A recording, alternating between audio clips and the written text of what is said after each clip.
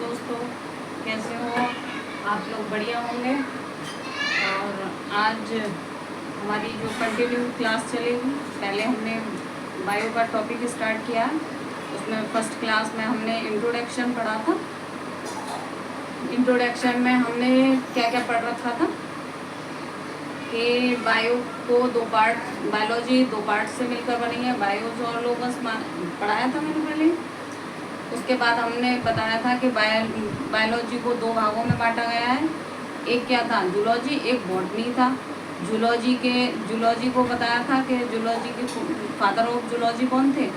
Aristotle थे। कितनी species थी? 500 स्पीसीज थी। और जो उनकी बुक्स थी उसको क्या बताया था हमने? हिस्टोरिया एनिमिलियम। ऐसे ही हमने बॉटनी के विषय में भी हमने पिछली क्लास में चर्चा कर रखी है कि उसके फादर ऑफ बॉटनी कौन थे? थियोफ्रास्टस थे। स्पीसीज कितनी थी? 500 थी। और उनकी जो बुक्स थी उसका नाम क्या था? बताइए आप लोग। क्या थी? बताओ, कमेंट करके मुझे ये बताना कि उसकी बुक का नाम क्या था। ठीक है, आगे हम कंटिन्यू क्लास कर रहे हैं। 2 दिन से मेरी क्लास नहीं हो पाई थी क्योंकि थोड़ा मेरी तबीयत ठीक नहीं थी। आगे हम कंटिन्यू कर रहे हैं। देखो, जो हम क्या पढ़ रहे थे? जूलॉजी पढ़ रहे थे। उसमें जूलॉजी, बॉटनी, इसमें क्या था? हमने बताया ना, जीवित जीवों का अध्ययन करना ही क्या कहलाता हमारा? बायोलॉजी था। अब इसमें हम क्या कर रहे हैं? जीवित जीवों के विषय में बताएंगे। अब इसमें कि जीवित जीवों के लिए क्या क्या चीज़ें होती हैं जो नॉन लिविंग में नहीं होती, जो लिविंग में होती हैं, नॉन लिविंग्स में नहीं होती हैं। इसके बाद हम आगे कंटिन्यू क्लास कर रहे हैं। जीवधारियों की विशेषताएं। अब हम क्या पढ़ेंगे इसमें? जीवधारियों में जिनमें जीवन होता है उनमें क्या क्या विशेषताएं पाई जाती हैं। कोशिकीय संगठन। कोशिकाओं का क्या होता है? एक संगठन, ग्रुप ऑफ सेल्स। तो सेलुलर ऑर्गेनाइजेशन। उनमें सबसे बेसिक यूनिट जो होती है वो क्या होती है? हमारी सेल होती है। सेल होती है। अब सेल क्या होती है? बताओ आप लोग, सेल क्या होती है? हमारे जो बॉडी का पूरा स्ट्रक्चर बना हुआ है, किससे बना हुआ है? सेल से। प्लांट में जो भी है, प्लांट की बॉडी किससे बनी हुई है? उसमें भी सेल है। ठीक है, तो ये कैसे बने होते हैं? एक ऐसे मान के चलिए, आपको एक एग्जांपल देती हूँ। जैसे हम मकान बनाते हैं, घर बनाते हैं अपना, तो उसमें क्या है कि जब मकान स्टार्ट होता है तो सबसे पहले किस चीज़ की ज़रूरत? ईंटों की ज़रूरत पड़ती है, नहीं पड़ती? ईंट होती है। जैसे कोई ये क्या है? ये क्या है? ईंट है। ठीक है, इसी प्रकार हमारी बॉडी में भी क्या है? एक सेल। जैसे यही है, क्या? एक सेल। तो ये बहुत सारी ईंटें मिलके क्या बनाती हैं? एक कमरा बनाती हैं। ठीक है, एक दीवार बनेगी, फिर एक कमरा बनेगा, फिर उसके बाद एक पूरा घर बनता है। उसी प्रकार हमारी बॉडी के अंदर सबसे बेसिक यूनिट क्या होती है? सेल होती है। सेल मिलके हमारे क्या बनाती हैं? अब जैसे हमने यहाँ दिया है, इसमें सेल दे रखा है। सबसे बेसिक यूनिट क्या है? सेल। एक समान कोशिकाओं का समूह। जब हमारी सेल, बहुत सारी सेलें मिल जाएंगी तो हमारा क्या बनाएंगी? टिश्यू बनाएंगी। टिश्यू, जैसे अब हमारी बॉडी में क्या है? ये एक सेल है। सेल मिलके क्या बना रही है? एक टिश्यू बनाएंगी। टिश्यू ऊतक बनाती हैं। उसके बाद एक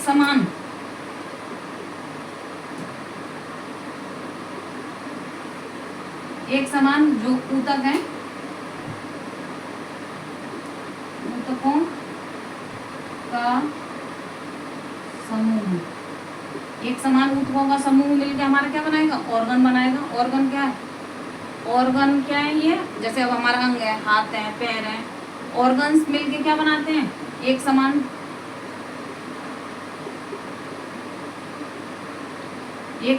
ऑर्गन, अंगों का समूह। एक समान अंगों का समूह मिलकर क्या बनाता है? हमारा सिस्टम बनाता है, तंत्र का तंत्र पूरा बनाता है। फिर एक समान ये मिल गए, कंप्लीट ऑर्गन्स बनाते हैं, पूरी हमारी बॉडी बनाते हैं। तो हमारी सबसे बेसिक यूनिट क्या थी? सेल थी। ठीक है, सेल से टिश्यू बने, सेल बहुत सारी सेलें मिलके क्या बनाए? टिश्यू बनाए, टिश्यू मिल गए ऑर्गन बनाए, ऑर्गन मिल के सिस्टम बनाया, सिस्टम मिल के कंप्लीट ऑर्गेनिज्म बनता है। तो हम अभी तो हम आगे और भी क्लास लेंगे ना, तो उसमें साइटोलॉजी वगैरह इसमें पूरी स्टडी करेंगे। लेकिन अभी जो है ना कि जीवित जो जीव होते हैं उनमें क्या क्या विशेषताएं पाई जाती हैं, उसको हम यहाँ पे थोड़े थोड़े पॉइंट्स बताए जा रहे हैं। अच्छा, एक ऐसी सेल जो बगैर सेल के भी जीवित और निर्जीव के बीच की, वो क्या है? हमारा वायरस। वायरस क्या होता है? जब हमारी बॉडी से बाहर रहता है या बाहर रहता है तो वो किस नॉन लिविंग थिंग में आता है। और अगर जैसे ही हमारी बॉडी के अंदर वो करता है, उसके पास कोई सेल नहीं होती है। वही एक ऐसा जीव है जो जिसके पास क्या नहीं होती? कोई भी सेल नहीं होती है। वो जिस बॉडी में चला जाएगा वो उसी की सेल में काम करना स्टार्ट करता है। तो वायरस लिविंग और नॉन लिविंग, तभी तो उसको लिविंग और नॉन लिविंग के बीच की कड़ी मानी जाती है। समझ में आ रहा है? अच्छा, इसके बाद हमने इतनी बात हमारी क्लियर हुई। अब जो हमारी सेल होती है, सेल को जीवन की कार्यात्मक एवं संरचनात्मक इकाई बोला जाता है। जो हमारी सेल होती है उसको क्या है? क्रियात्मक और संरचनात्मक, संरचना हमारी बना रही है, ढांचा बना रही है, तो उसको क्या है? इकाई मानी जाती है, यूनिट। आगे सजीवों का निश्चित कोशिकीय संगठन होता है। अच्छा, निर्जीवों में कोई संगठन नहीं होता, लेकिन सजीवों में क्या होता है? एक निश्चित कोशिकीय संगठन, हमारा सेलुलर ऑर्गेनाइजेशन होता है। अच्छा, फर्स्ट पॉइंट हमारा ये हो गया। फर्स्ट पॉइंट में हमने क्या पढ़ा? कोशिकीय संगठन पढ़ा। सेकेंड पॉइंट पे हमारा क्या है? अब आ गए हम प्रोटोप्लाज्म पे। ये प्रोटोप्लाज्म होता क्या है? जीव द्रव्य क्या होता है? जिसके द्वारा हम जी रहे हैं, जीवन है हमारा, वही हमारा क्या है? जो द्रव्य है वही हमारा क्या है? प्रोटोप्लाज्म कहलाता है।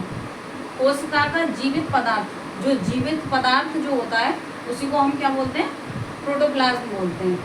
अच्छा, दो चीज़ें होती हैं, एक होता है द्रव और दूसरा होता है द्रव्य। इसमें डिफरेंस पता है? ये वाला द्रव होता है, क्या होता है ये हमारी जो जैसे ठोस द्रव गैस, तीन स्टेट होती है। ये तो अवस्था होती है द्रव, और ये वाला क्या होता है? मैटर। मतलब किसी भी चीज़ का मैटर जो होता है उसके लिए हम द्रव्य बोलते हैं, और द्रव बोलते हैं हम किसके लिए? ये एक अवस्था होती है। जैसे ठोस द्रव गैस, जो द्रव आता है वो ये वाली होता है, और जो द्रव्य होता है वो हमारा मैटर के लिए बोलते हैं। तो हमारा कोशिका का जीवित पदार्थ, living material of a cell, तो हमारा क्या है? इसके विषय में हम पढ़ेंगे। अब देखो, हमने क्या लिया था? यहाँ पे एक सेल ली, अभी सेल के बारे में पढ़ रहे थे हमने एक सेल ली। ये हमारी क्या है? एक सेल है। सेल में इसमें क्या है कि ये पूरी क्या है? हमारी सेल है। सेल के अंदर हमारा जो सर्किल है, इसको जो दिखाया गया है, ये क्या है? हमारा न्यूक्लियस। ठीक है, इसके न्यूक्लियोप्लाज्म, इसके अंदर जो द्रव भरा होता है उसको क्या बोलेंगे हम? न्यूक्लियोप्लाज्म। और जो इसमें ये ब्लैक कलर का स्पॉट दिखाई दे रहा है वो है हमारा न्यूक्लियस, इसके अंदर। अब इसको अंदर जो पदार्थ पाया जा रहा है उसको तो हम न्यूक्लियोप्लाज्म बोल रहे हैं, लेकिन जो हमारी सेल है, सेल के अंदर जो मटेरियल पाया जाता है उसको बोलते हैं हम साइटोप्लाज्म। साइटो का मतलब ही क्या होता है? सेल। साइटो का मतलब सेल। जो हमारा इसमें ये साइटो दे रखा है, साइटो का मीन्स क्या होता है? सेल। तो सेल के अंदर जो द्रव्य भरा हुआ है उसको हम क्या उसी से नाम डाल दिया इसका, साइटोप्लाज्म।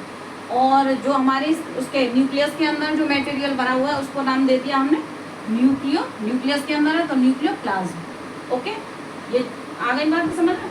अब इसके बाद हमारा प्रोटोप्लाज्म जिसके बारे में हम अभी पढ़ रहे थे। प्रोटोप्लाज्म दो चीज़ों से ही मिलकर बना है, एक तो न्यूक्लियोप्लाज्म और साइटोप्लाज्म। ये न्यूक्लियोप्लाज्म और साइटोप्लाज्म मिलके हमारा क्या बनाते हैं? प्रोटोप्लाज्म बनाते हैं। आगे समझ में?